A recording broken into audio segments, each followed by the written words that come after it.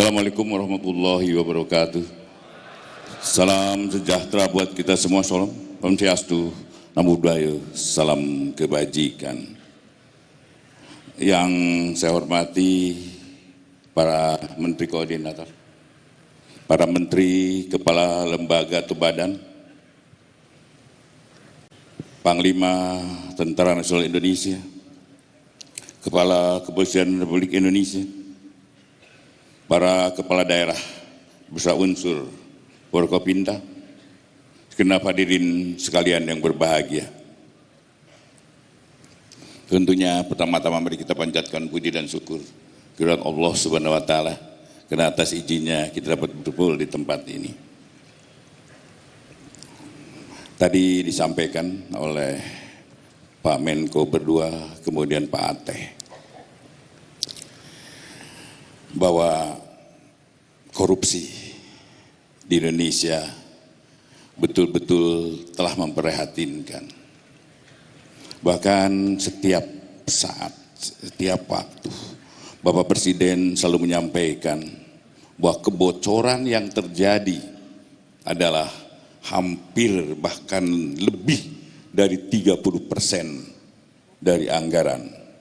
Bahkan Pak Kepala BPK barusan yang tertib betul-betul sesuai dengan ketentuan yang berlaku hanya 9%.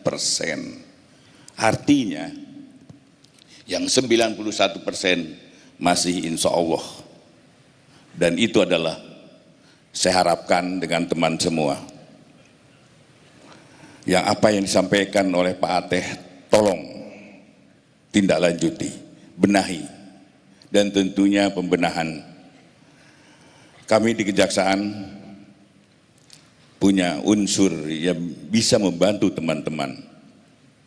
Baik itu berupa pendampingan, baik itu legal audit, dan banyak hal-hal yang bisa kami berikan pendampingan untuk teman-teman di pemerintah daerah.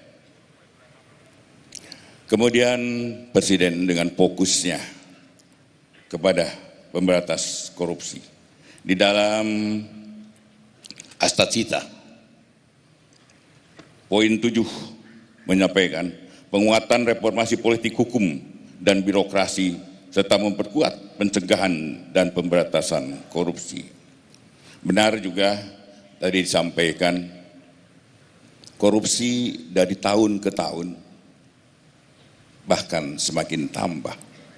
Dan itu juga 20 tahun yang lalu kata Pak Ateh, itu juga, begitu juga. Bahkan saya mungkin sedikit berlainan pendapatnya. Zaman sentralisasi, korupsi hanya di segitiga itu aja. Sekarang dengan otonomi ada penyebaran korupsi. Sekarang mulai dari kepala desa, pemerintahan terendah sampai terus ke atas. Korupsi sudah menjamur di situ. Walaupun saya sering menyampaikan untuk penanganan korupsi untuk tetap hati-hati. Terutama yang menyangkut kepala daerah, yang menyangkut unsur kepala desa. Kepala desa itu adalah suatu badan, suatu pemerintahan yang terendah, di mana pimpinannya yaitu kepala desa dipilih dari masyarakat, dan masyarakat itu plural, tidak yang berpengetahuan aja. Bahkan mohon izin dari orang-orang yang pengetahuannya masih rendah. Kemudian jadi dia dipilih oleh masyarakat menjadi kepala desa. Kepala desa kemudian yang tadinya tidak pernah mengelola keuangan, tiba-tiba diberi kesempatan untuk mengelola keuangan sekitar 1 sampai 2 miliar dalam setahun. Ini adalah tugas berat bagi mereka, karena mereka harus mempertanggungjawabkan ya, sistem keuangan pemerintah. Inilah menyebabkan kebocoran-kebocoran itu terjadi. Karena dia tidak mengerti apa yang harus dia lakukan setelah menerima uang itu. Dan itu yang saya sampaikan pada para jaksa di daerah untuk hati-hati menanganinya. Dan tentunya saya juga ingin menyampaikan pada teman-teman semua bahwa pada korupsi ini tolong untuk para kajati lakukan penindakan, dan setelah penindakan berikan mereka perbaikan sistemnya. Karena juga sampai dari tahun ke tahun korupsi yang terjadi adalah tetap itu aja. Kalau kita tidak merubah dan memperbaiki sistem yang ada, dan itu akan terjadi menjerat kita semua. Saya minta para kajari, setelah kalian melakukan pemberkasan, kalian melakukan persidangan, setelah keputusan, lakukan koordinasi dengan pemerintah daerah setempat, lakukan perbaikan sistemnya, dan sistem-sistem itu jangan sampai terulang. Kajati sanggup? Lakukan itu.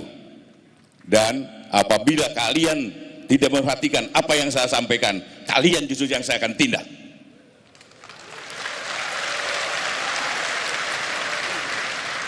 Kemudian juga ingin kesadaran teman-teman kita semua, terutama teman-teman di daerah, bahwa kami bukan mencari kesalahan-kesalahan sehingga teman-teman di daerah menjadi objek kami. Kami tidak menginginkan itu. Tapi yang kami inginkan adalah mari cintai negeri ini, kita rawat negeri ini. Dan tentunya karena penilaian dunia terhadap korupsi di Indonesia adalah sangat rendah. Dan untuk itu bahkan kita masuk ke wilayah negara yang paling korup. Saya yakin semua juga tidak ingin negara kita disebut adalah negara yang paling korup. Saya yakin kita masih punya harga diri. Dan dari mana kita memulai pemberantasan korupsi? Pemberantasan korupsi kita jangan berteori, tapi mulai dari kita diri sendiri.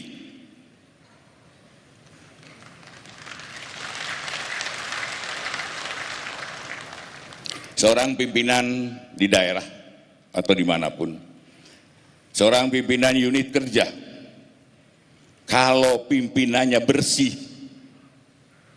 yakinlah anak buah kalian akan takut melakukan perbuatan tercela. Tapi kalau pimpinan unit kerjanya korup, di bawah adalah rampok, ingat itu. Untuk itu, ingat, mari kita memberantas korupsi dari diri sendiri. Pak Presiden menyampaikan bahwa busuknya ikan itu dimulai dari kepala. Artinya, kalau kepalanya bersih, insya Allah sampai ujungnya juga bersih. Dan untuk itu, mari kita bersama-sama untuk menjadilah pimpinan yang baik, jujur, berintegritas. Dan tentunya apabila ada perbuatan korupsi, apabila kepala unit kerjanya tidak pernah melakukan itu, kepala unit kerjanya adalah jujur, integritas, saya yakinnya apabila anak buah kita melakukan perbuatan tercela korupsi, yakin bahwa pimpinan akan menindak secara tegas. Tetapi bila pimpinannya juga adalah korup, dia tidak akan mau dan tidak akan mampu untuk menindak anggotanya.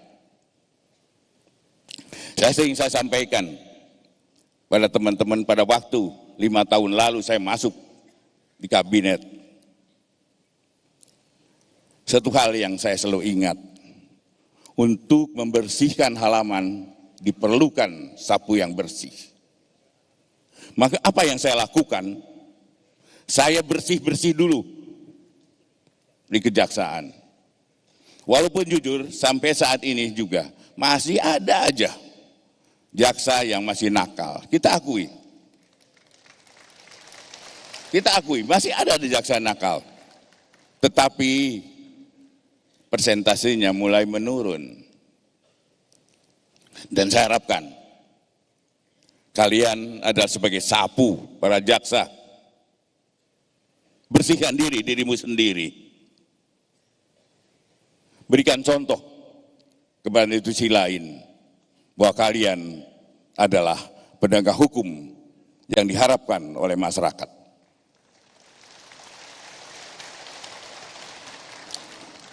Koordinasi yang baik dengan para penegak hukum, koordinasi yang baik dengan pemerintah daerah, dan bersama-sama kita mewujudkan cita-cita kita menjadi Indonesia yang bersih dari korupsi. Demikian, terima kasih. Wassalamualaikum warahmatullahi wabarakatuh. Salam sejahtera buat kita semua. Om Santi Santi Om. Namo Buddhaya. Salam kebajikan.